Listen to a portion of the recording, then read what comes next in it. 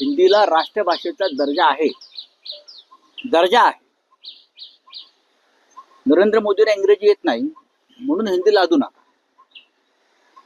अमित शहाना इंग्रजी येत नाही म्हणून तुम्ही हिंदी लादू नका. ही त्यांची सोय करतायत ते मोदी आणि शहांची आणि त्यांच्या इतर लोकांची, की त्यांना इंग्रजी येत नाही, त्यांना अन्य भाषा येत नाही,